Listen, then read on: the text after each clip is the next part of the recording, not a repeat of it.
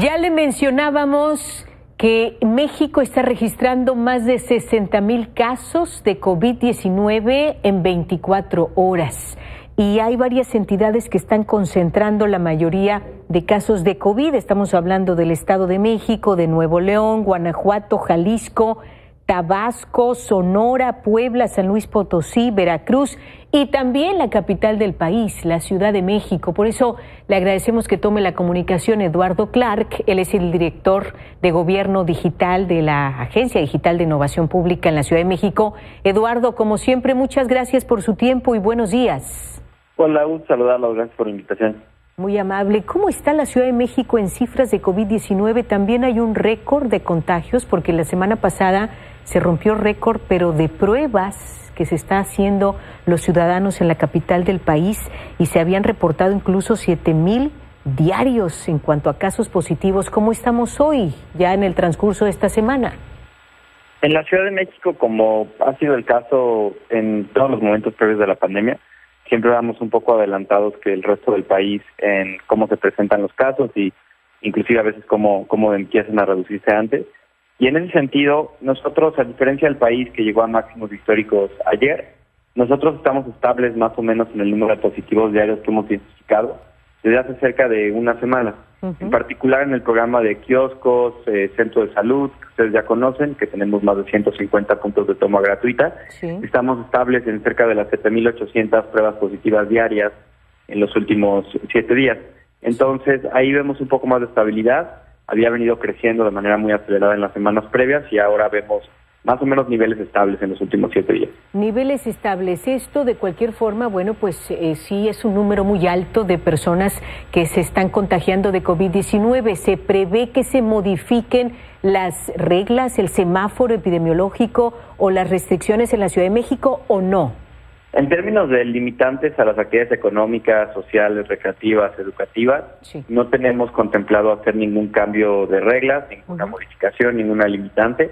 Creemos que así como en el incremento de casos que experimentamos durante el verano, la mejor manera de seguir adelante pasaba por el cuidado personal en lo individual a través de medidas como el uso del cubrebocas, sí, y tal vez la más crucial de todos, la vacunación, que esta semana en la Ciudad de México estamos acelerando de manera considerable. Creemos que esa sigue siendo la estrategia que tenemos que seguir y le pedimos a la gente que se cuide, que trate de minimizar los riesgos, pero al mismo tiempo tenemos que balancear de manera adecuada la salud con las actividades económicas y por eso esta decisión de no hacer restricciones a las actividades económicas. Eduardo, ¿qué pasa con las hospitalizaciones? ¿Cuáles son las cifras? ¿Ha habido un incremento en hospitalizaciones? Porque el viernes pasado se reportaron 1,239 pacientes y de ellos 208 intubados. ¿Esta cifra también se mantiene o ha ido en aumento? Porque mencionan que con Omicron, esta variante, pues es un número muy alto de contagios, pero no así las hospitalizaciones. ¿Cuál es la situación en la Ciudad de México? Estamos afortunadamente viendo en este momento una situación en la cual sí se han incrementado las hospitalizaciones en los últimos 10 días. Estamos hoy en la Ciudad de México en 1,851 hospitalizaciones, pero no están incrementándose en la misma magnitud que los casos positivos. Llegamos a tener cerca de 7,500 hospitalizaciones aquí en la Ciudad de México hace un año, sí, cuando teníamos la mitad de los casos positivos o inclusive menos de la mitad de los casos positivos que vemos el día de hoy. Es decir, estamos viendo un incremento de hospitalizaciones, sí, pero tiene dos ventajas. No se está traduciendo en la misma intensidad que el año pasado, que es una buena noticia, y por otra parte también la proporción de los casos hospitalizados que entran en hospitales es distinto al año pasado en términos de gravedad. Cuando teníamos 1,850 hospitalizados hace un año, cuando íbamos subiendo, ya estábamos hablando de casi otros 1,000 personas intubadas. Hoy hay 330. Entonces, la tendencia de gravedad es distinta.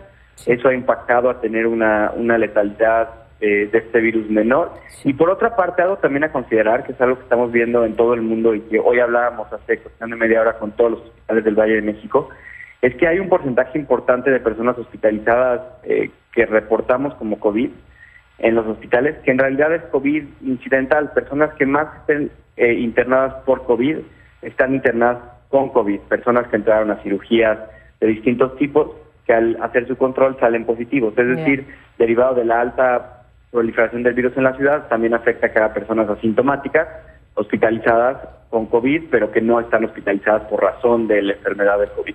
Ahora, preguntarte la relación en cuanto a los no vacunados, ¿están siendo hospitalizados por esta nueva variante de Omicron? ¿Qué datos tienen ustedes? Porque tú mencionabas la importancia de la vacunación y sobre todo de completar el esquema, incluso ahora con el refuerzo que ya se está aplicando a distintos grupos de edad, pero quienes están hospitalizando no son vacunados o no tienen vacuna.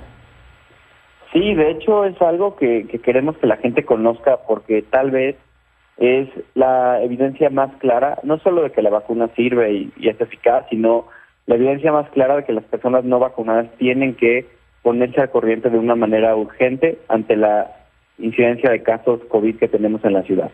Cerca del 80% de las personas que ingresan a los hospitales de la Ciudad de México no tienen la vacuna o no completaron su esquema de segunda dosis. Es decir, son personas que representan un porcentaje pequeño de la población de la ciudad, 4% estimamos, y representan al mismo tiempo el 80% de los ingresos. Se habla de la urgencia de que las personas vulnerables que no se han vacunado lo hagan de manera urgente. Claro. Y preguntarle finalmente nada más, Eduardo, ¿cuáles son los grupos de edad que continúan ahora con el refuerzo? Entiendo que esta semana los de 50 a 59, ¿es así? ¿Y quiénes siguen? Sí, esta semana estamos de manera muy intensiva trabajando en el grupo de 50 a 59 años. Lo que antes hacíamos en 5 semanas, precisamente por el incremento de casos, lo estamos compactando a 8 días de vacunación. 1.1 millones de personas de 50 a 59 años, de todas las alcaldías en esta misma semana. Y posterior a eso comenzaríamos con la gente de 40 a 49 años. Mañana estaríamos dando noticias de qué sedes, qué horarios, qué días para este grupo de edad.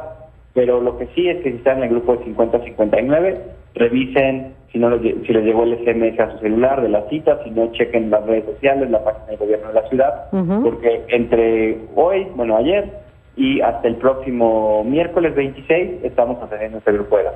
Correcto, pues a tomar en cuenta todo esto, vacunarse que es la clave, completar el esquema y también el refuerzo. Eduardo, como siempre, muchas gracias por su tiempo para Milenio y buenos días. Muchas gracias, hasta luego, buen día.